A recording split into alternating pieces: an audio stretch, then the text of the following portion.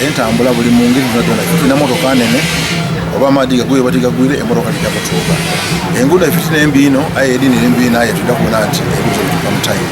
So enteekateekedde okubitambuza okubitwala n'okubirona lodi kolebwa bulungi era aye katabaawo nsonga emisa mwana kwidde akola bibuuzo.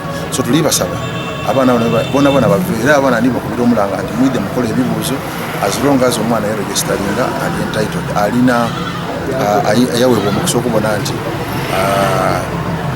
akola ebigezo bino. So abazaire n'abaana mubaleke baje bakola ebibuuzo byebyo. Our own contracted professionals, the scouts, the invigilators have all been briefed and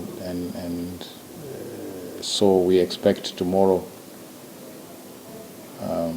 the examinations to kick off at 9 o'clock across the country. So we are prepared and barring any unforeseen catastrophe, which we don't expect, the exams will start tomorrow.